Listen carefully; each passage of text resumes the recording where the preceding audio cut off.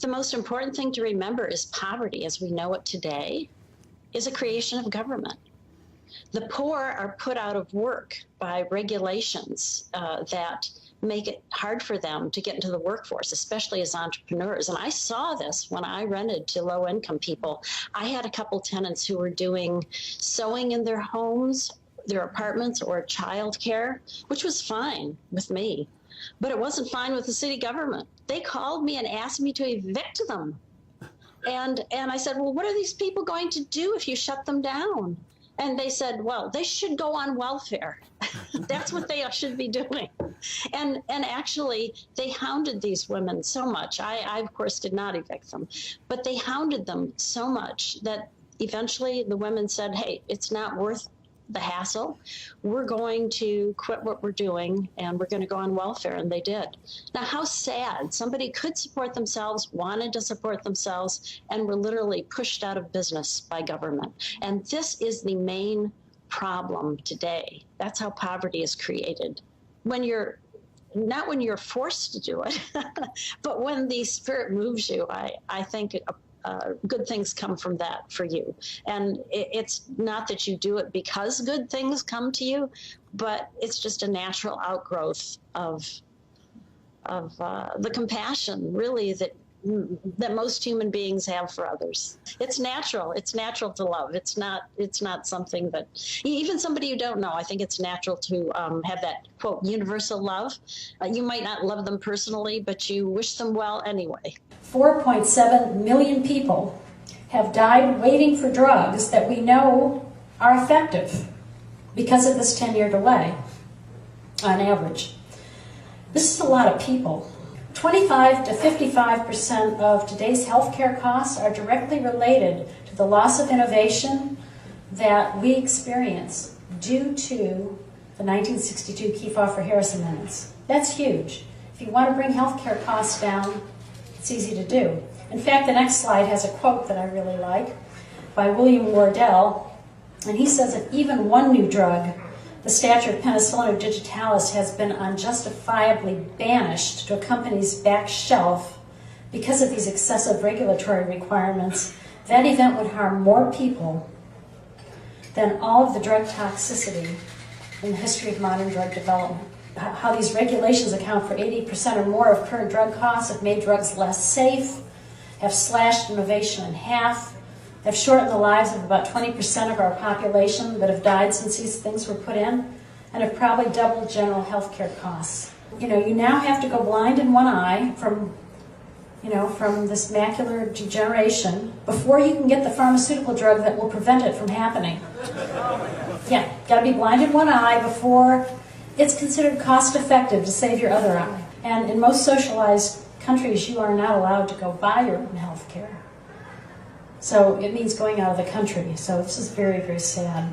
Are there companies that benefit from these regulations? And the answer is yes, the big companies benefit because the smaller companies are put out of business. You can't take $1 billion hit when at the last minute the FDA decides that they're not going to approve your drug unless you're big. So what's happening now in the industry is they're merging. Of course, as they merge, they lay people off, but they're merging and becoming a cartel. Basically the monopoly is starting. And it's become because the companies can't survive unless they merge. The only way they can get rid of that competition is to patent a different type of drug, maybe slightly different, develop it all over again. Now the thing is, they don't know anything about the side effects of this new drug.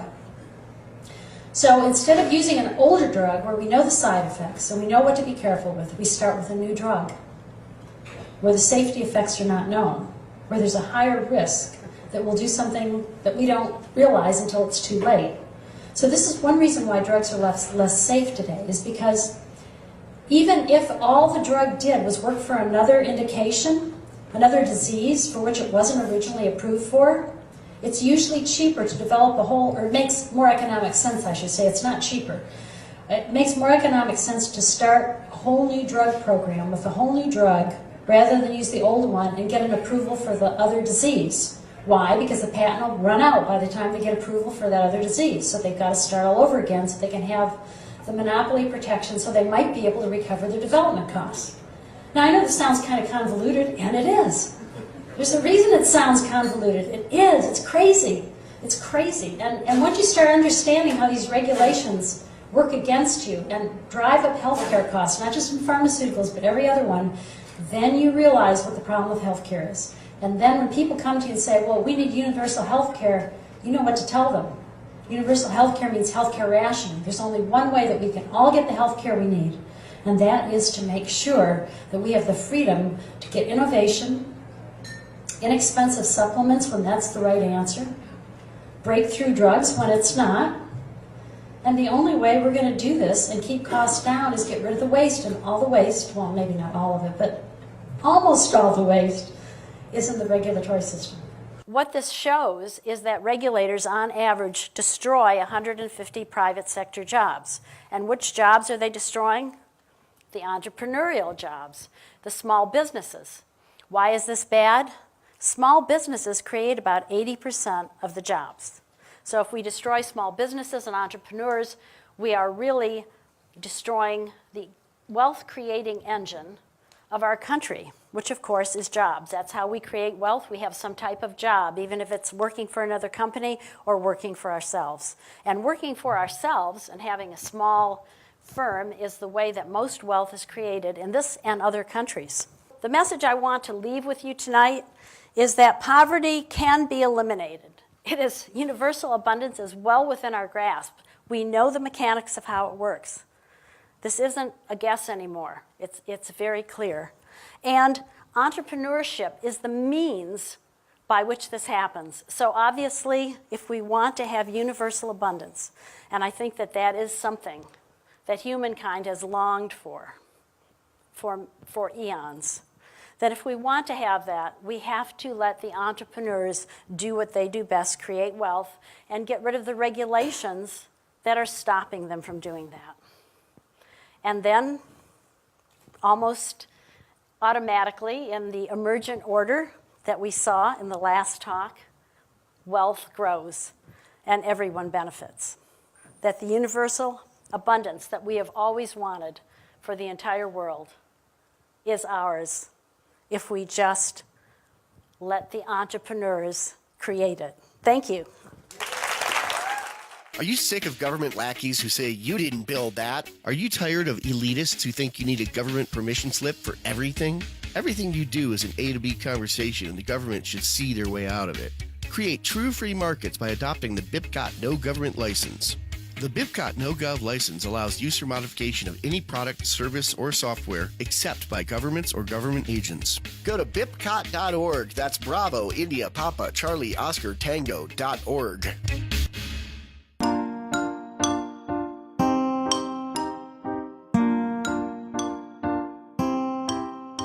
Hello, everybody, and welcome to Peaceful Anarchism on the Voluntary Virtues Network on theseedsofliberty.com and theconsciousresistance.com.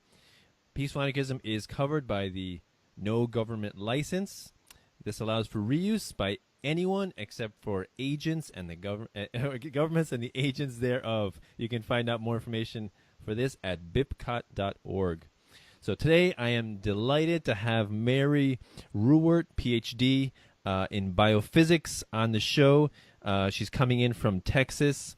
She is the author of Healing Our World, The Compassion of Libertarianism, with a foreword by Ron Paul, no less. Also, her other book is Short Answers to the Tough Questions. And you can find her on Facebook. She has a personal page and a fan page under just Mary Ruwart. And her main website is ruwart.com. And on her website, you can actually get excerpts for both books, as well as a free PDF version of Healing Our World, the 1993 version. So she's not just an evil capitalist like most people think of libertarians. Amazing, right? Amazing. We're actually very kind and generous. So we're going to talk a little bit about those books. Really awesome content. And also her new book coming out very soon called Death by Regulation, How We Were Robbed. She's the queen of subtlety, and the book about the FDA, and also some of the topics in Healing Our World, poverty, the environment, and healthcare. So, Mary, thanks a lot for coming on the show. Oh, it's a pleasure. Yes, I heard you first on Louis Mises on Emancipated Human, and then I saw you on Stefan Molyneux, and you were also on Tom Woods, and I just love your style, I love your demeanor, I love the way you phrase things, you articulate things. I think there's so many people that are very harsh and abrasive when describing these topics, and I think that tends to turn a lot of people off who are not that way, and they're not, they're more sensitive, and so that's kind of my slant as well. So I really appreciate that. Well, sure. It's interesting. We have this wonderful philosophy that gives us universal harmony and abundance if it's practiced, and we don't focus on that. We focus on the things we're doing wrong, and I guess that's the first step when you learn about the non-aggression principle. But what I really love about it is that it promises us such a wonderful future, and actually a wonderful even present if we are if we are able to implement it. Yes, I definitely agree. People tell me, how do you guarantee that everyone's going to follow your non-aggression principle? I didn't sign your non-aggression principle. I don't have to follow it. And and they say, you're just in a utopia. It's never going to happen. Everyone's not going to follow your precious morality rules. And usually what I respond is, number one, you can do what you want, but just suffer the consequences, and don't try to throw responsibility on anyone else. And number two, I'm not an anarchist or voluntarist because I think that there will be a stateless society composed of a free, a voluntary society, very soon. But I definitely think there will be. But that's not the main reason. The main reason is because it's based in morality, right? It's based in philosophy. It's a humane, it's a compassionate philosophy. Live and let live, right? What's more, I remember you said once on I think it was Emancipated Human. You said you're supposed to love your neighbor, and so the loving your neighbor, you don't want to steal from your neighbor, right? You want to let your neighbor right. live as they want to live, as long as they're not hurting anybody. And I think that's the essence of voluntarism and libertarianism. Well, that's right. And we practice it every day on a one-to-one basis. I mean, if you and I were neighbors, and I wouldn't go to your house with a gun in my hand and say, you will contribute to my favorite charity or I'll shoot you. Yeah. I would never do that. And you wouldn't do that to me. And if I threw a baseball through your window, I'd restore it. I'd pay restitution. I'd make it right again. That's the second part of the non-aggression principle we don't often talk about, but it's very important. It's how we gauge whether or not we've actually done something, quote, wrong. Do we have to restore the person that we hurt? And normally, of course, we do. And there's situations where people say, well, you can't be a libertarian because if you were falling off a building and you hung onto this balcony and the person who owned that particular condo came out and said, well, I don't want you hanging out on my balcony. If you're a real libertarian, you have to drop to the ground. No, of course not. You would enter the apartment expecting to pay restitution, right? And of course, even, if it was unreasonable restitution, then I guess you'd probably take it to court. But it balances everything. Restitution balances everything, and that's something I think a lot of libertarians forget to talk about. I think bringing that into the mix and showing how we actually interact one-to-one with the non-aggression principle. Almost everybody practices the non-aggression principle on a one-to-one basis. It's just that, well, we've had some propaganda that tells us can't do that when you're interacting group to group, and so government gets to do a lot of things that we as individuals would find abhorrent if it was done by our neighbors. Right. And it's interesting you should bring up those kind of hypothetical situations where they say, your principle is flawed because in this very unique situation, if somebody tells you you have to slap this person to save 1,000 lives, would you slap the person? And if you did, that would be a violation.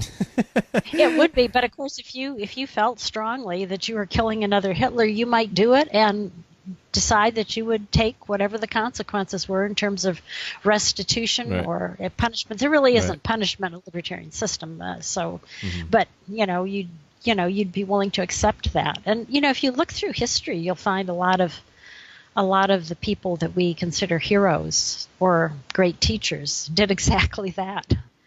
I mean, Christ let himself be crucified. That was the price he paid for his teachings. Now, you may not believe in them or whatever, but he accepted that. And you see that in a lot of the people who have tried to move humans forward in their evolution.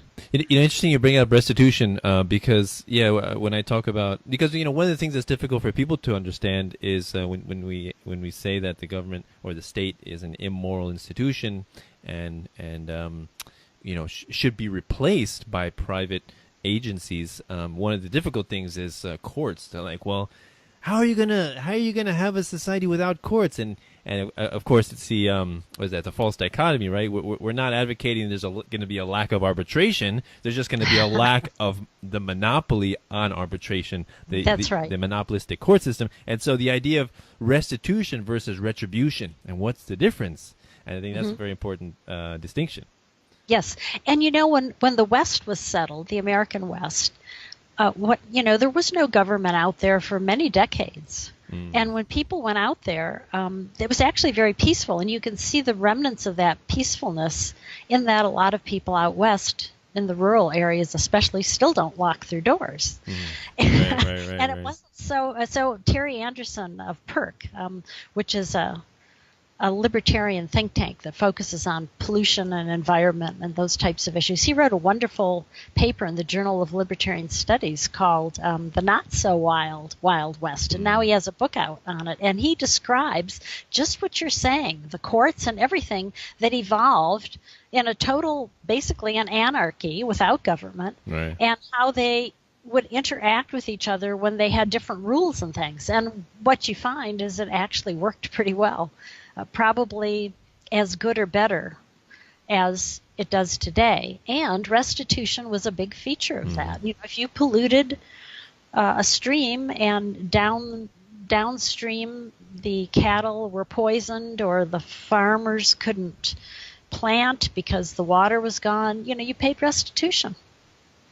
Yeah. And it's very... I like to talk about that concept because it's a big difference between punishing someone for doing something and trying to make the victim whole, right? It's a big difference. That's right. A big difference, right? And then of course people understand, like, let's say a woman gets mugged and $100 gets robbed, and so let's say the courts deem him guilty, and then they say you have to pay back $150 to restore the person, emotional damage and loss of work or injury or whatever. But then they say, well, what about a murder? How do you put a monetary value on that? And you're like, you're right, you can't really, but somehow there are ways that people can solve it without having one monolithic monopoly on the whole thing. Well, yes, because right now what happens if let's say your spouse is murdered, right, not only do you lose your spouse, you have to pay to incarcerate and try the guilty party. And the guilty party should be, of course, paying that in some way. And actually it's very possible to do that. I describe that in very much detail in Healing Our World, because I think it's an important thing to understand. And there have been lots of instances where people have actually made quite a bit of money in prison with crafts and other things, and they've been shut down by the unions and the government.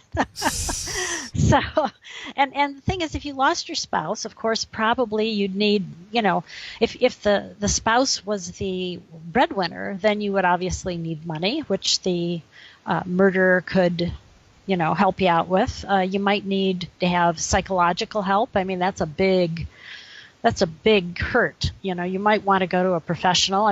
So money could be involved there. There's a lot of ways in which the murderer can at least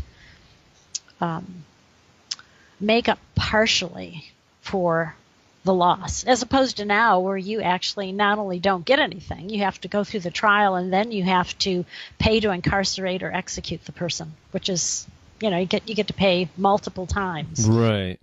Which is not, of course, fair. Yeah. It's a very, very strange thing when you're actually paying for through your taxes, housing, room, and board. Yeah, and it's a lot of money. It's about $30,000 a year for one prisoner. Right. And if you execute them, it's even more because they have appeals, and then of course it costs a lot of money to execute them because you have to have certain protocols. And Right. well, that's a whole other story. Of course, is should the state be able to execute anybody when they found a lot of people who are innocent on death row? Yeah.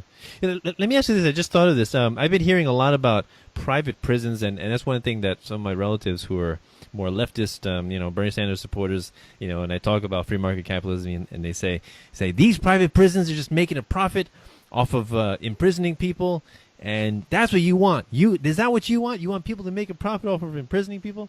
And my response is, I don't think if the prison is benefiting from state and federal laws, I would not call that private in any respect. What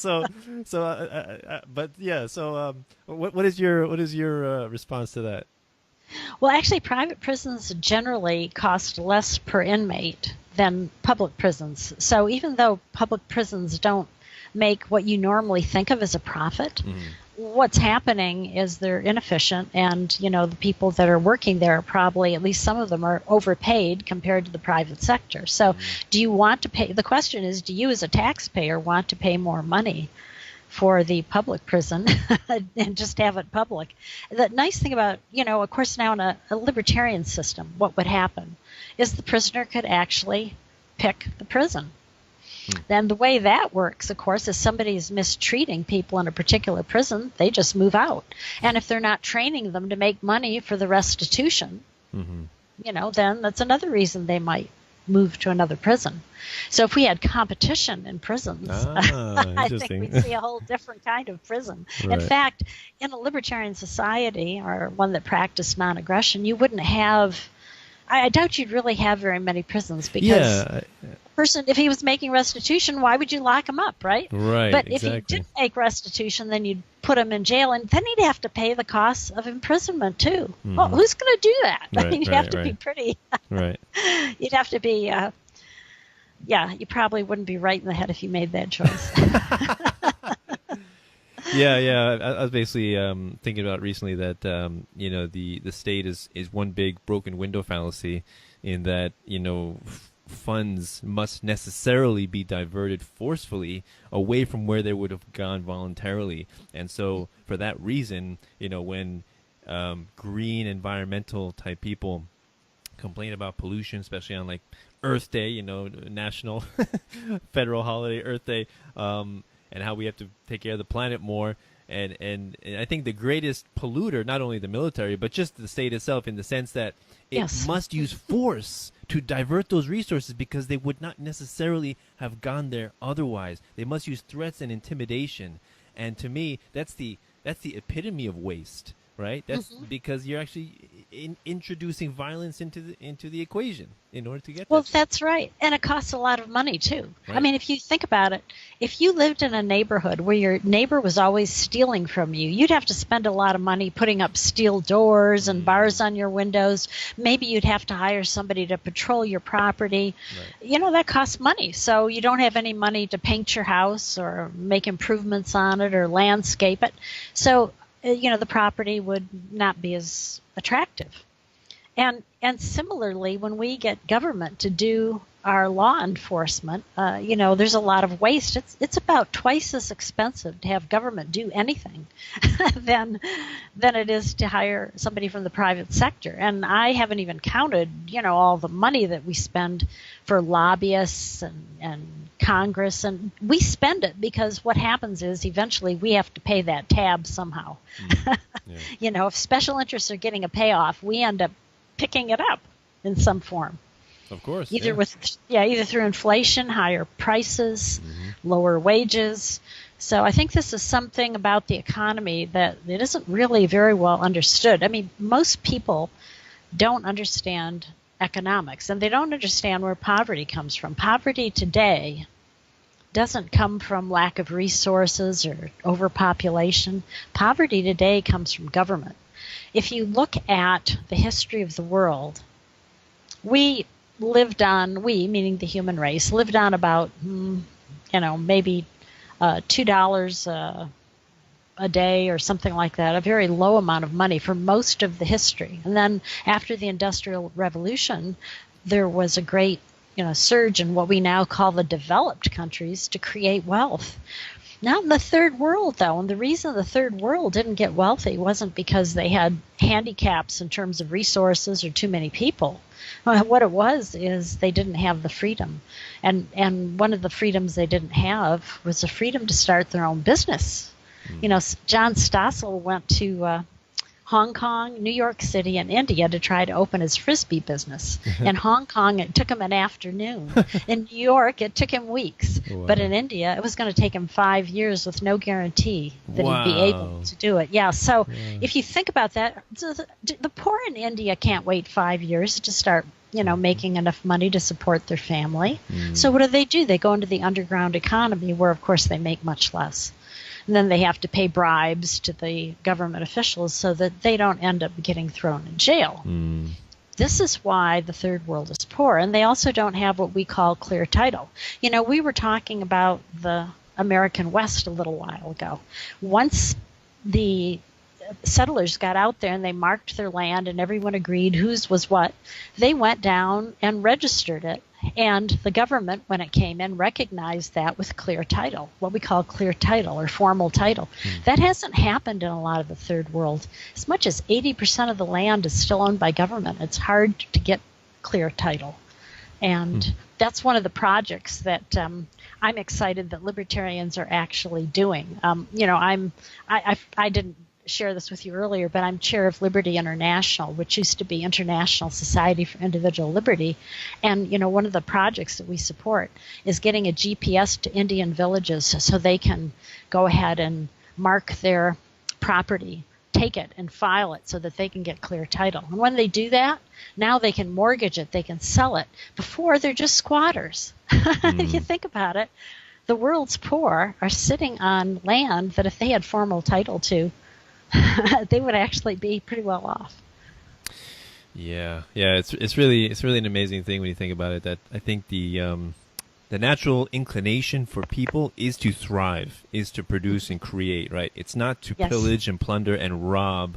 No. Right. Most people, I think, are genuinely trying to earn a living, legitimately trying to raise their kids to be moral, decent, compassionate human beings, and for the most part, they are being deceived and conned by those people in power that use the idea of the state as being their protector, their security blanket. Right? You need us. Basically it's like the relationship of a battered wife and his husband. Where would you be without me? Nobody would love you. And it's amazing how, I guess it's kind of what Stockholm syndrome is, right? Where people feel they need the state, but in fact it is their greatest, destroyer, their greatest source of the greatest harm.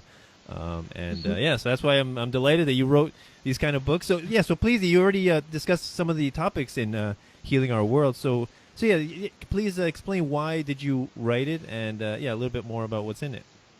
Sure. Well, I had been a libertarian and a candidate for many years, but in the mid-'80s, I started reading about our foreign policy, which I hadn't really addressed very much. And all of a sudden,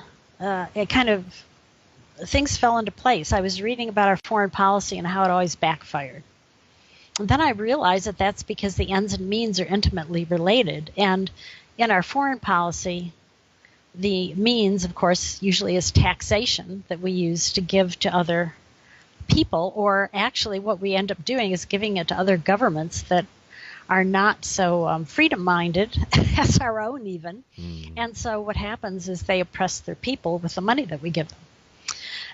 And when I saw that, I saw a lot of things fall into place kind of in a moment. I guess you could say it was a moment of revelation, religious or not, depending on how you want to think about that. But I just, it was that strong, though, that I used that word, even though I'm not a particularly, quote, religious person. I consider myself a spiritual person. But it just fell into place.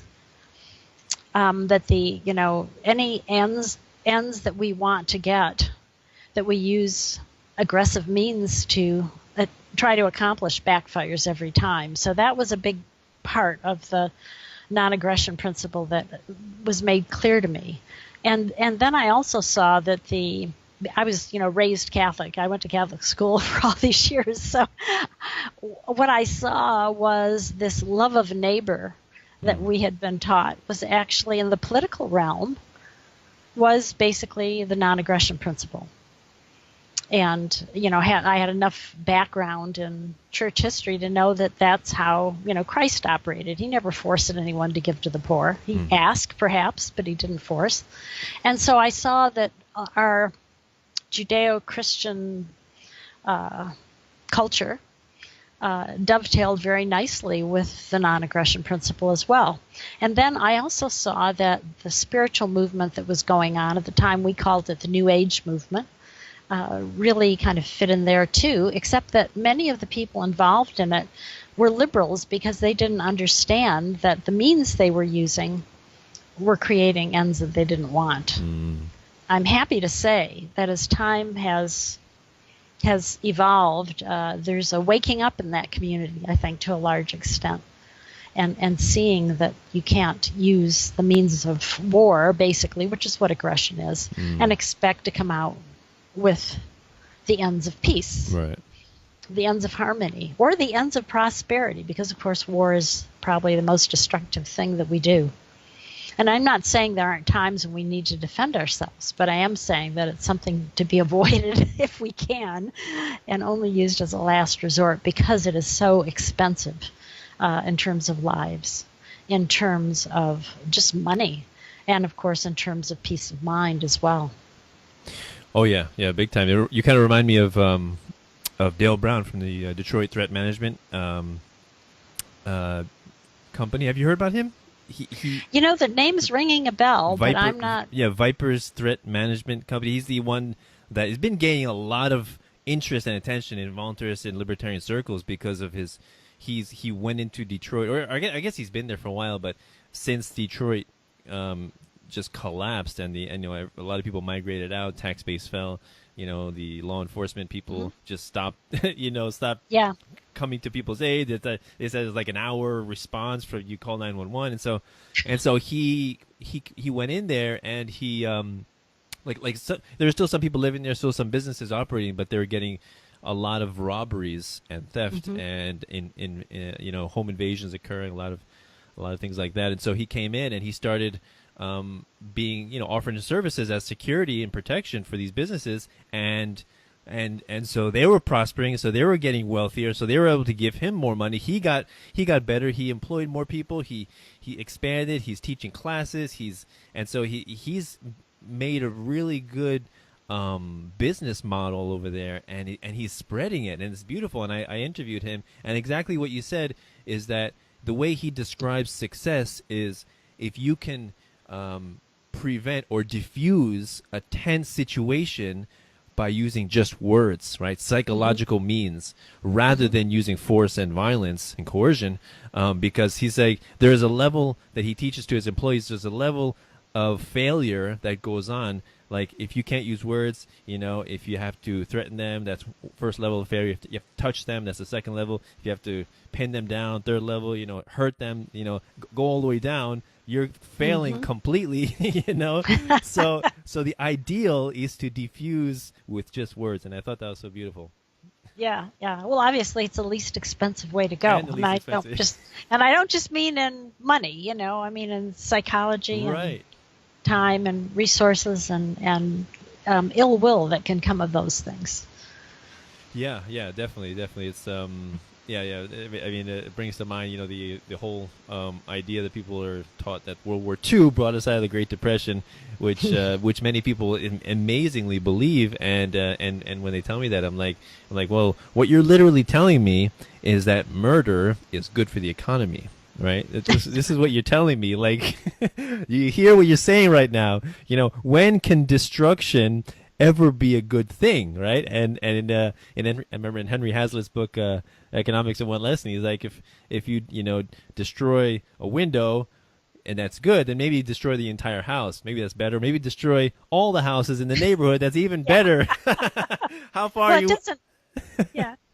It doesn't make any sense, but it's part of the propaganda. And, that's, we're taught basically the opposite of what is good for us, so that when we vote, when we think about this, when we discuss it, we end up actually putting the handcuffs on ourselves, if you want to think of it that way. And it's very sad because, a lot of well-meaning people who think they're doing good things are actually causing a lot of harm, and they don't realize it. I had a woman come up to me after I gave a talk one time. I was addressing the talk to liberals, and she was one. And she came up to me afterwards. I was maybe in my 40s at the time. She was in her 60s, and she said, I've been all my life, I can see it now. I've been voting for I've been voting to harm the very people I'm trying to help. And it was a very emotional moment. And we were very close, and I hugged her and I said, well, you've got the rest of your life to, now that you know what to do to change that. And she said she would. It was just, we were both in tears. But, even though that's a horrible thing to have to go through, in another sense, it's very uplifting, because somehow when you see the quote error of your ways, and of course I was in that position too. I was lucky. I came to it early in my life, but in college I'm going, it's not easy sometimes to realize that your beliefs are they're not only wrong, but you've sort of been duped. Yeah. So it's good to know when you're questioning these things that not only is there a light at the end of the tunnel, there's quite a bit of uplift at the end of the tunnel. And that's what, when I was writing Healing, having had these kind of revelations, I was so excited. I mean, I was on fire. It took me 5 years to write it, and I spent virtually every weekend, every free moment. And I had a lot going on in my life, so I kept getting derailed. But, I mean, I was on fire. I always came back to it. And, I think that's the promise of really getting into this and understanding it. It does something inside of you that changes you in such a positive way, even if you never really do anything more with the information. Yeah, you remind me of a quote, I forget who said it, that, the fools have only answers and the wise have only questions, right? So somebody who tells you that they know the answer of how society should be run, and therefore we should force it on everyone else against their will, it's like, you know what? Just walk quietly the other way. Because, the fundamental idea I bring up with people is good ideas do not require force. That's right. Basic fundamental idea. If whatever you're saying requires coercion to implement and impose those beliefs, then you got to re-examine your basic foundation of what you believe. And it's interesting what you tell me about the woman, because I think that she felt so comfortable with telling you that. I think because of maybe how you are in your demeanor and how you're so non-threatening, right? And that's great. That's a wonderful thing. People open up to that, because the way some I see some volunteers or anarchists talking to other people, it immediately provokes a negative reaction. The walls go up, and it doesn't matter how much logic, how much how many principles, how much well sounding words you give them, or logic or reason, they're not going to get through because they've already erected those barriers, right? Yes. Well, that part of the problem I think that we have as libertarians is once we realize that all this aggression is going on around us and at us, it's easy to get angry. It's easy to strike out. It's easy to tell people who believe in those things that they're wrong, and that they're part of the problem, and they're hurting us directly. And that might be true to some extent, but we really need to get beyond that. And it's interesting. So if we want this free world, we need to be more loving. and that's something we haven't learned well as libertarians. So it's kind of interesting the way the world works. If we really want, to have a libertarian world, then we have to learn about love. And that's what most of these other people think they're doing. They think they're being loving by voting for taxes for the poor and things like this, not realizing it actually hurts them. And I could tell you stories because I worked with the poor for a long time. But the important thing, I think, and I'm glad you're bringing this up, is that we as libertarians need to, work through our anger on our own and dump it, because if we approach somebody in an angry manner, they're just not going to listen. We need to create a safe space for them to change their mind, because if we don't, who's going to do it? Who's going to create that safe space for them? And, I used to think like a liberal. So, hey, I understand. I understand perfectly that it's easy to be wrong about these things. It's easy not to see what's there to be seen. What we're trying to do is help open people's eyes up, and what they're going to see is going to be pretty scary. Just like you were talking earlier about the abused woman who doesn't see that her husband doesn't really love her, because if he did, he wouldn't do those things. And that's a scary concept for her, because she needs to believe that her husband loves her. That's where she is. So if you just simply tell her that, it's not enough. You need to create that space so she can self-examine and she can come to that conclusion. And that's, as libertarians, that's what we need to do. We need to help people question all this propaganda that they've been given, question the way taxes, which are ultimately theft, are turned into something good and helpful and something civilization can't live without. I mean, there's something around the emperor not having any clothes on here. And we just need to help people see that, that's our job. And I think it's so wonderful that we have to learn to be more loving to do it, because that, I think, is another very important part of implementing libertarianism. Because think about it.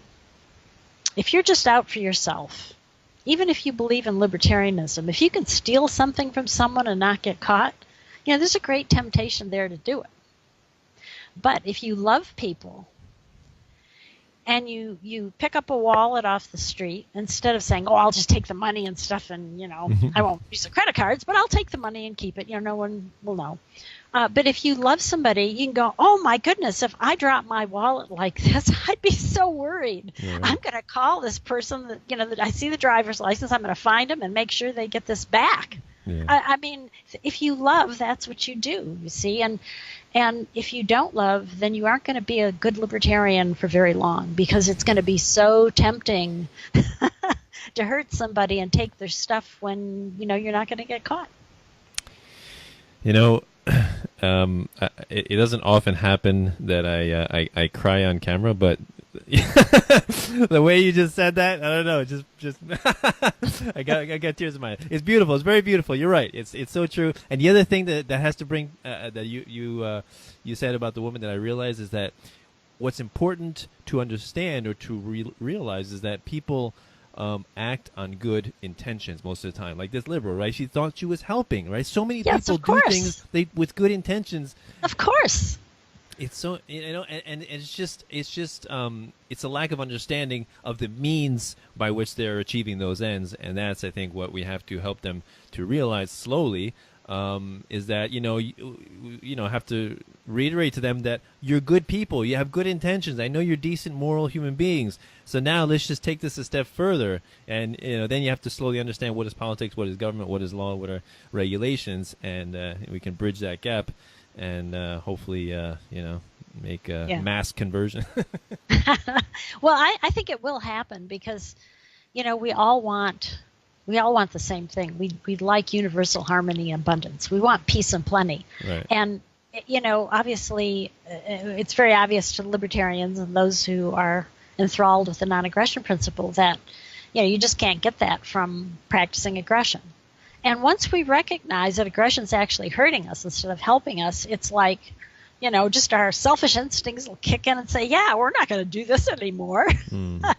So I really think that once that awakening occurs, and I think it actually has started, actually the snowball is rolling is how I think of it. I think it's really wonderful because, for many years, I mean, I got involved in this in college, which, for me was the late 60s. And I really didn't see much action, especially with the younger generations, for many, many years. It's just really recently, since Ron Paul activated the youth of the country, that we've actually seen someone to pass the baton to. And that is so exciting. And that's the snowball is rolling. It's not just here in the U.S., it's international. Students all over the globe are waking up. Yeah. And it's just going to change everything. I don't know that I'll live to see it all, but I'm so excited. It's like I feel like I've already seen it because, like I said, the snowball's rolling. It's going to be very hard to stop.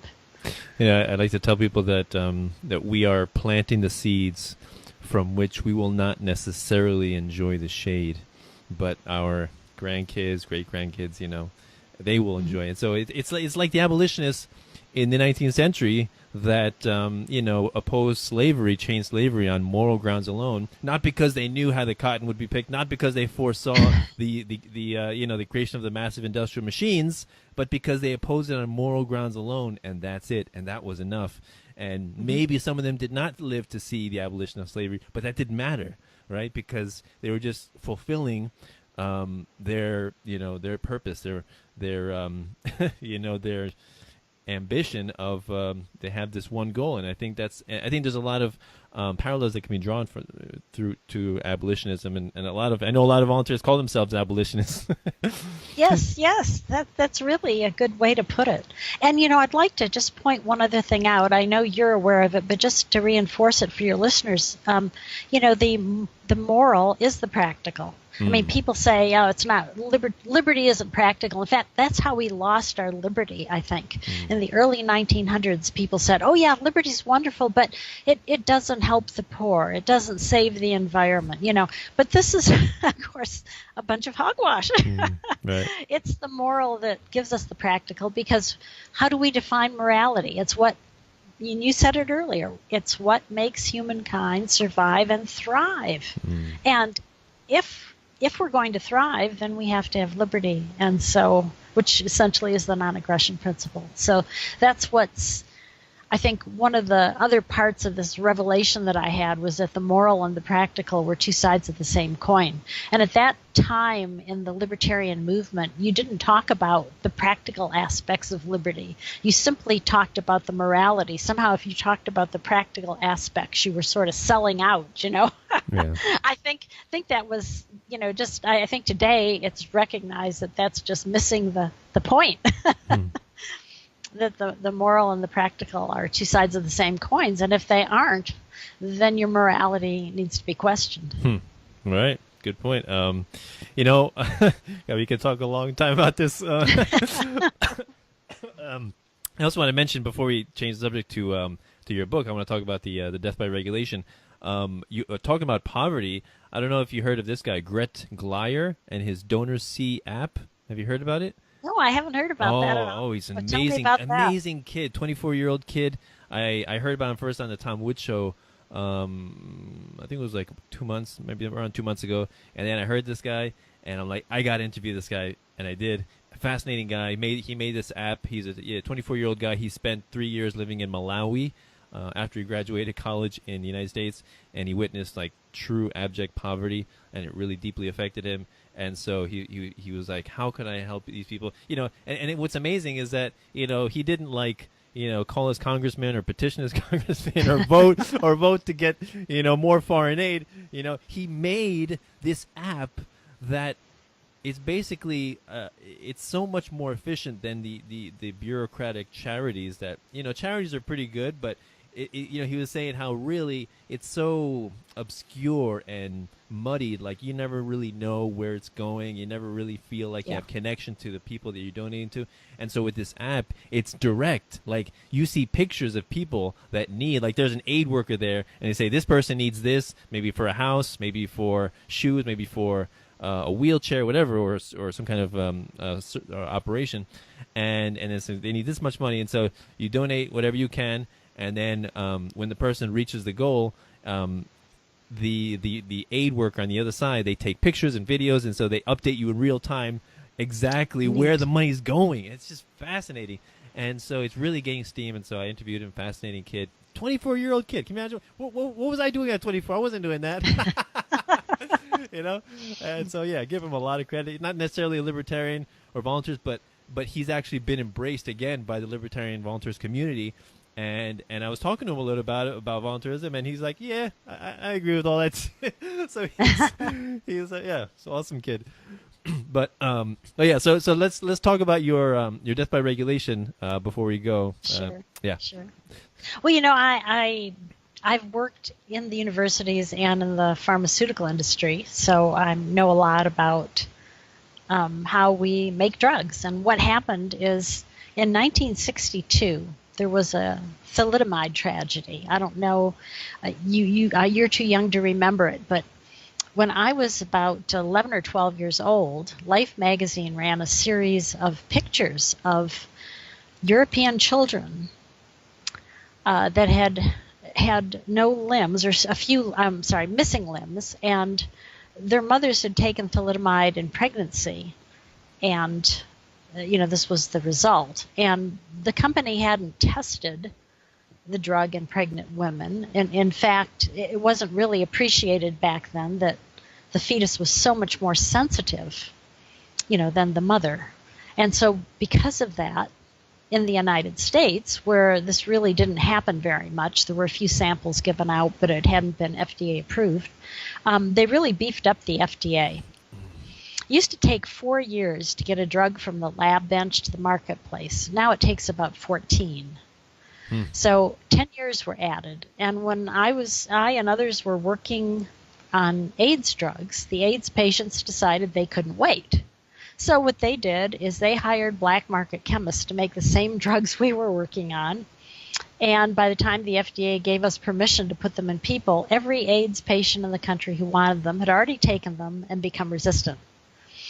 So we had to wait for new patients to be diagnosed, which was slow things down a little, but it wasn't the end of the world. I mean, but the point was that the AIDS community basically said, hey, we're going to opt out of this FDA system.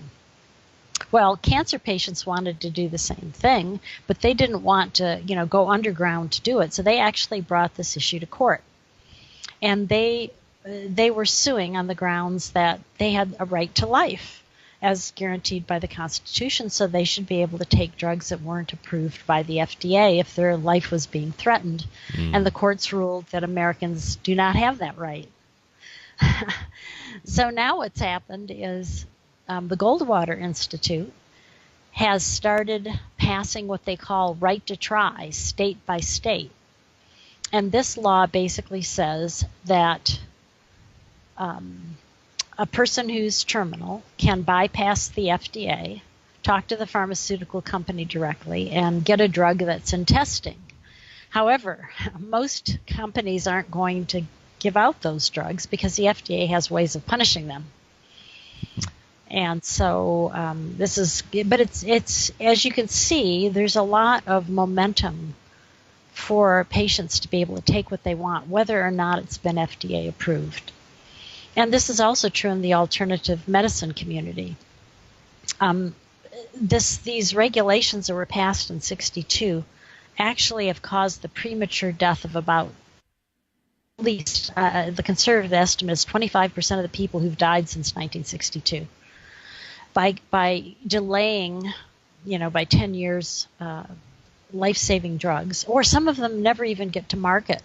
For example, I was working with prostaglandins and liver disease when I was at the Upjohn Company, and the FDA was so excited about it that the examiner called me personally, which generally isn't done, and said, Dr. Ruwart, we understand you have a patent for prostaglandins and liver disease, and we want to make sure that your company puts this drug on the market. But the problem with new drugs is really new drugs that are breakthrough drugs. You don't know how much to give. You don't know how long you have to give it. You don't know how many patients you need in your study to get the statistical significance that the FDA wants. And for liver disease, the studies would go on for years, and how do you measure it? Do you have to take a piece of the liver every time to check? Is there some kind of blood parameter you can use? How firm does the proof have to be? And what the company realized is that even with the FDA basically telling us, hey, we're going to work with you on this one, if we guessed wrong on any of those things the first time, we wouldn't get the statistical significance that the FDA requires. They require 2 studies. And we'd have to start over. And by the time we actually got to market, our drug would have gone generic already. And I tell this story because it's a good example of how life-saving drugs don't even make it to market because of all this extra time and money that it costs. A lot of people are concerned about the cost of drugs, but if you actually look at how much it costs the drug companies to just go through the FDA hoops, it increases exponentially. And that's about 80% of the cost of our pharmaceuticals are due to regulations that don't help us, but actually hurt us. And that's pretty sad. Yeah. It's an interesting topic. I'm an acupuncturist, Chinese herbalist, Eastern nutritionist, so I come at this from a very different perspective. And I had a different view of allopathic medicine when I was studying at that time, and now that has transformed a little bit as well. And I realized that one of the things that really irritates me is that I don't really know what medicine, allopathic medicine would look like, because it's so heavily subsidized, lobbied, all the regulations in place. Like, what would it look like without the state? I have no idea, and it would look very different. It would, and there would be so much more accountability and transparency, and it just irritates me that I can't trust what's coming out of pharmaceutical companies, because it's I don't know. I mean, it really angers me. Well, drug companies actually were the first ones to synthesize in large quantities vitamins. And they were the first ones to put out like 1 a day multiple vitamins. They were actually pushing nutrition very early on. But the problem is when these regulations kicked in, and it took a while for them to kick in, and they increase every year because of the way they're shaped. So what happens is that the FDA actually prevents people from knowing about really important effects of vitamins. For example, let's take folic acid. It prevents birth defects in children. It prevents spina bifida, and we knew about this in the early 80s. But the FDA told folic acid manufacturers, folic acid is a B vitamin, I forgot to say that. So it's a nutrient, So they told folic acid manufacturers if they even mentioned these studies that they would shut them down. The FDA would shut them down. And then the Center for Disease Control, another agency of the government, started talking about how important it was for young women to take folic acid, because you need it the first month or 2 of pregnancy when you don't know you're pregnant. And the FDA told the folic acid manufacturers if they even mentioned the fact that the CDC was recommending this, that they would shut them down. So it was many years before it was well understood that young women of childbearing age should be taking folic acid. So in the meantime, there were probably about, it's hard to estimate exactly, but in the neighborhood of 25,000 babies were either born with spina bifida or other crippling birth defects and had to be institutionalized, or were aborted, because you can check for this, in utero. So it was a worse tragedy than the thalidomide tragedy we talked about earlier. There are about 10,000 Europeans affected. But here, probably over twice that were affected in the U.S., and I call that the American thalidomide tragedy. And it was occasioned by these regulations, which allowed the FDA basically to say that any vitamin or food that the manufacturer claims will help keep people healthy or prevent a disease is basically a drug and has to go through all these regulations is 14 years of studies. It's crazy. I mean, by that definition, bottled water sellers cannot claim that their product prevents dehydration.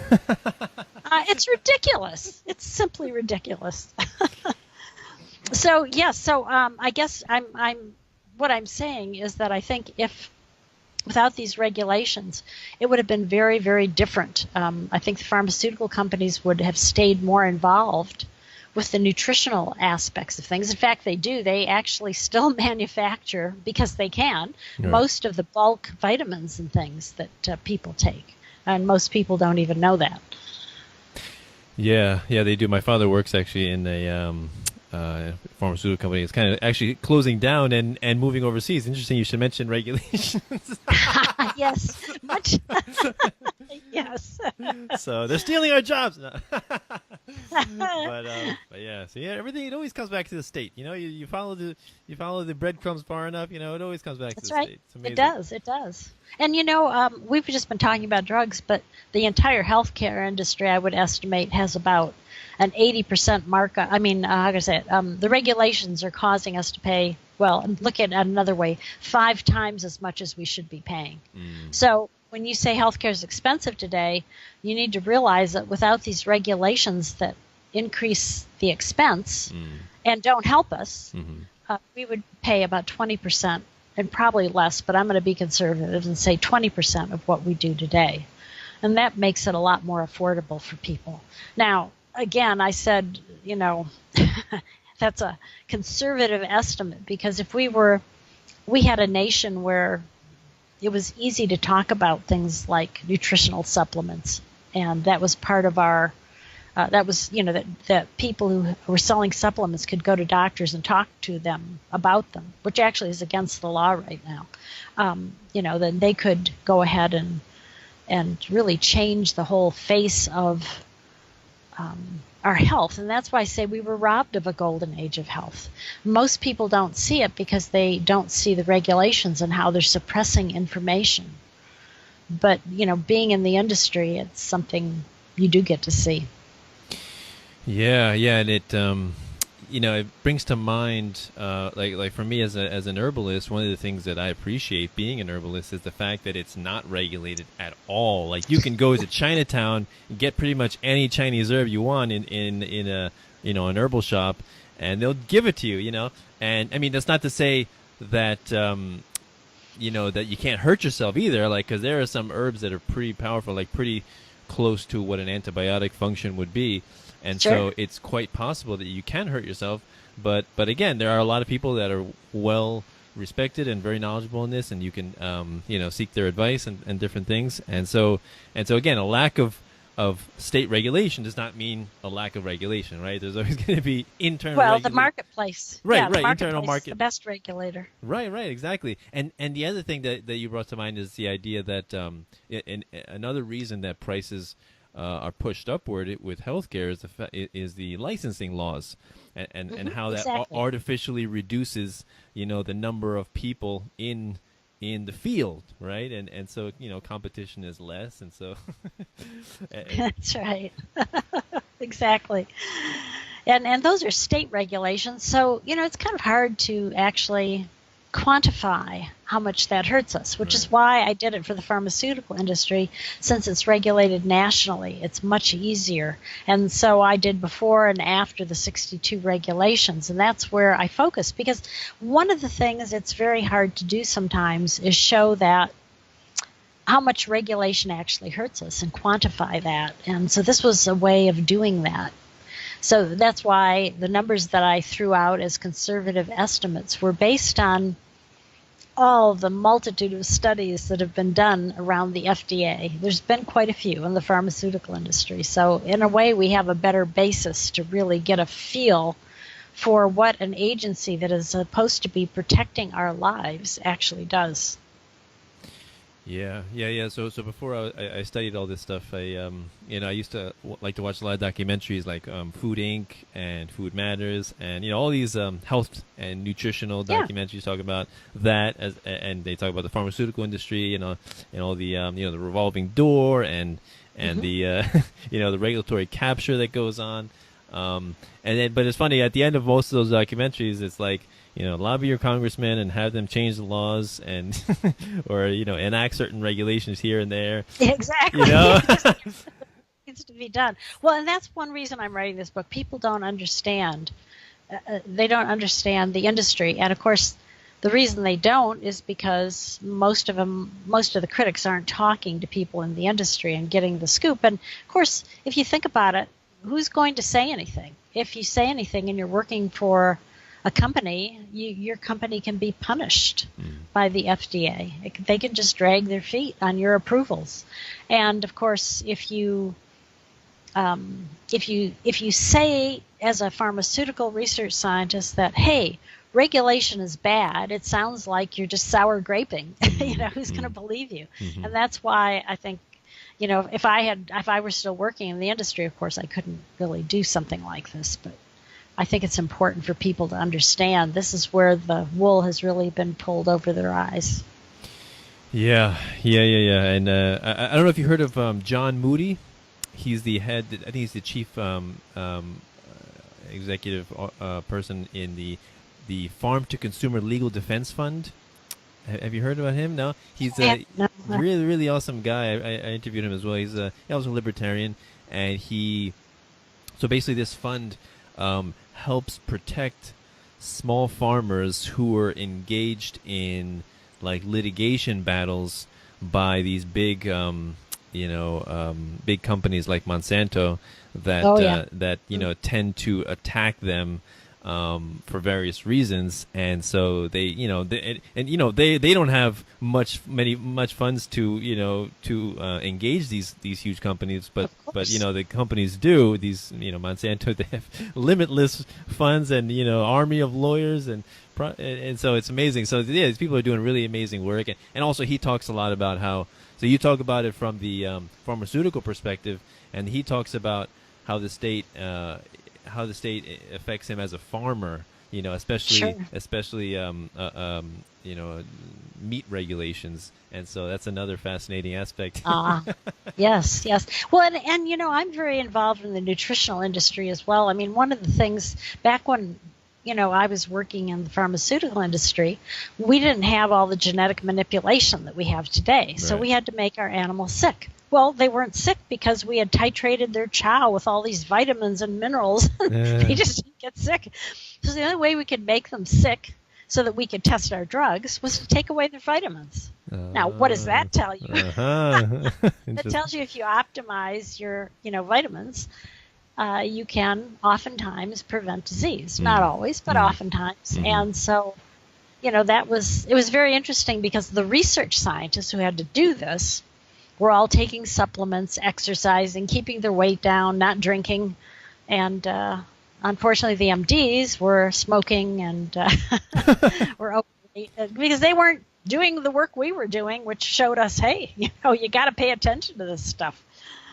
Right. Beautiful. Well, I don't want to take any more of your time, Mary. You've been very generous. So please reiterate ways people can find you if they want to follow your work. Okay. Well, of course, going to my website and signing up for my mailing list is the best way, and that's at ruwart.com, RUWART.com, and there you can find the link to my Facebook page as well. And, we do more or less daily postings. And also in my free library on my website, you can get excerpts of my books, Short Answers to the Tough Questions, and Healing Our World, The Compassion of Libertarianism. And you can also get an earlier version of Healing Our World, the 93 version, free. So it's worth signing up and certainly worth going there and at least checking out the free stuff. Of course, who's going to complain about free stuff, right? Right. So, and of course, you can buy. Obviously, you can buy the books as well, but and they're on Amazon as well. Right. Well, if you're gonna buy the book, you're gonna be helping a wonderful person. So do everything you can to help her out. Another thing I like to ask of my guests before we go is, what is your favorite quote of all time? Oh, that's. I think right now, I would say it was Margaret Mead's quote, that basically says, "Never doubt that a small group of people can change the world. Indeed, that is the only thing that ever has." Beautiful. small group of passionate. Yes, dedicated. She said dedicated or something. Right. Dedicated, passionate, independent minded. Yeah. Oh yeah. I mean, that's how I characterize most libertarians, voluntarists, is that people like me. I do this podcast.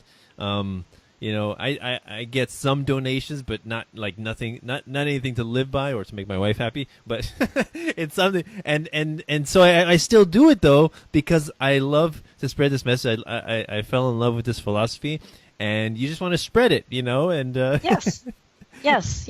Yes. Like we were talking about earlier, how good you feel when you kind of the light bulb goes off, and you realize, and really in a way, I guess it shouldn't be expected that we're going to make lots of money at this, because I'm sure the abolitionists didn't either. Right. They probably put a lot of their life and liberty on the line. But you just do it at whatever level that you can. I mean, even talking to neighbors and things like this make a big difference. People are. It's amazing how much one person can influence so many people. And I've been delighted because I've had a lot of people come up to me and say, you've changed your book has changed my life, things like this. And of course, it's very inspiring. But most people don't get to hear that.